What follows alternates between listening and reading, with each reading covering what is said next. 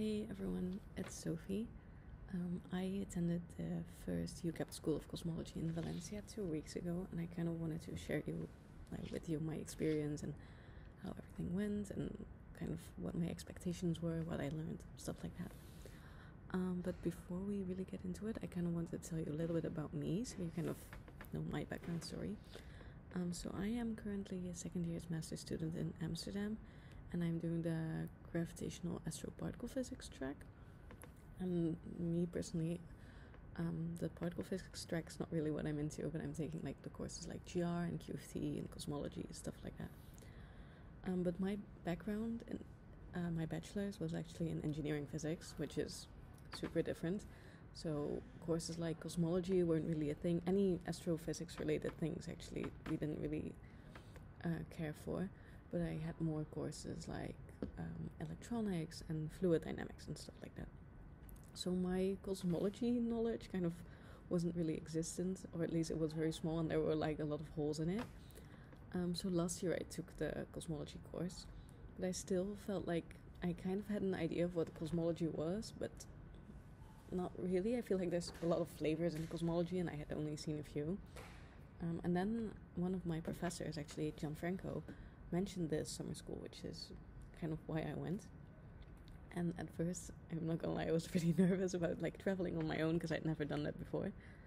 But if you happen to watch this because you're like thinking or debating about going, do it. Like, I had so much fun. Obviously, like, you're not going to fully understand every single lecture, and that's fine. I mean, and you're not going to be the only one. Like, that was my worry, that I was going to be the only one that wouldn't understand things, because I just have this background knowledge filled with holes in it, but you'll be fine. And there's so many people there with the same interests. Like, I've met so many lovely people, and I like did learn what I wanted to learn. Like, I wanted to see what else there was in cosmology besides inflation, which was basically all I knew, and now I do. And that's kind of what I want to talk to you about today. So if you ever looked up anything cosmology related or maybe inflation, then I think you'll know this image, which shows you basically the history of the universe. And if you've not seen it like this, you've probably seen like some variation of it. And this kind of shows you like the big events in the history of the universe. Like, for instance, we start with the Big Bang, then we get inflation, there's a cosmic background radiation, and then we end with the universe as it is, where it's expanding due to dark matter. So there's three larger main topics that I kind of want to discuss in this video, which for me kind of encompass what cosmology is, or at least what I know of it now. I want to start off with dark matter, which I know is not like directly cosmology related, but I feel like the two go so hand in hand that you cannot really have one without the other. So I want to get into that a little bit, because we're going to also use some dark matter knowledge in the last topic. Then I want to go over inflation, and with that I don't mean the expansion of the universe as we see it now, but the inflation like in early times. And then we're going to end up with the CMB, or the cosmic background radiation, and primordial black holes. So with this picture that I'm showing you here, I kind of want to both explain the dark matter problem and also at the same time kind of convince you about the fact that this is a thing. So we know that the universe is actually not 100% made of the stuff that we can see, so like atoms basically. 25% of the universe is made out of dark matter, and roughly 70% is made out of dark energy, which leaves only 5% of pure atoms. So most of the matter in the universe we actually cannot see, and this picture proved that. So this picture shows two like galaxy clusters that have actually collided, and they basically kind of passed through each other, they traveled through each other. And in pink is where we actually saw like the matter that we knew of, but then using some different techniques and gravitational lensing, we could actually detect where like the actual bulk of the matter was, like the most part of the matter. And it turns out that those regions are actually in blue, where we didn't really see anything, if that makes sense, which kind of shows you that there's this amount of matter that we cannot see, which is why we call it dark matter. So now that you kind of know, okay, most of the matter is actually not made up out of the stuff we know like atoms, it's made up out of the stuff we cannot see, we can get into some more cosmology related things, and we'll come back to this, so keep this in mind.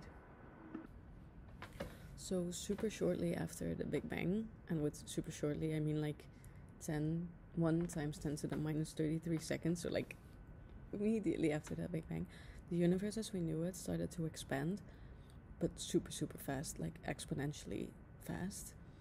So it blew up, and this lasted for a really short amount of time. Like eventually it had to stop because we have the large scale structure of the universe, and we need to structures have obviously been formed, so this inflation had to stop at a certain point.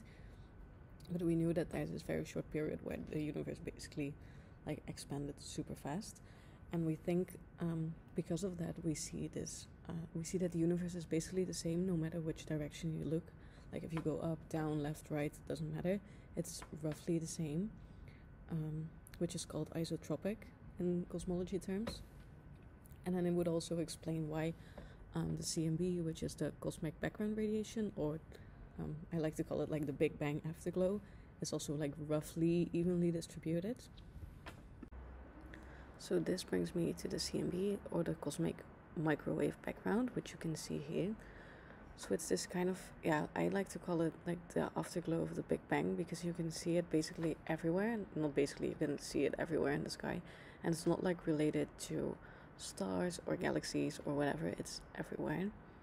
Now within these this cosmic microwave background, there's tiny fluctuations, which you can see in this image like by different colors, but they are super super small. And there's actually some ideas that these tiny fluctuations, or they're also called quantum fluctuations, could create primordial black holes, which brings me back to the dark matter problem. So since these primordial black holes would be formed very very early in the universe, they would be alone, like they wouldn't be in the center of galaxies, they would just be on their own. And since they're black holes and they don't really, you cannot see them, it would kind of explain the dark part of the dark matter problems. And secondly, it kind of, I guess it depends on what you believe. Like dark matter is definitely a thing, but some people think it's particles, or for instance primordial black holes, or maybe it's a combination of the two. Either way, if primordial black holes would account for 100% of the dark matter, it could explain some of the gravitational effects that we see in galaxies and galaxy clusters. So for instance the bullet cluster that we saw previously, right, with the pink and blue parts in the image. And they could emit gravitational waves. So if we were to find them with, say, LISA, the future gravitational wave detector, we could actually probe them and see if they are there. We could have some way of measuring them. As of right now we haven't seen them, but who knows. So anyway, I think it's kind of time to start to wrap this up right now, but I hope you kind of have some idea of some of the things that are kind of happening in the world of cosmology right now. Again, if you're watching this because you're thinking about going to the summer school, do it. That was all for me. I hope you learned something.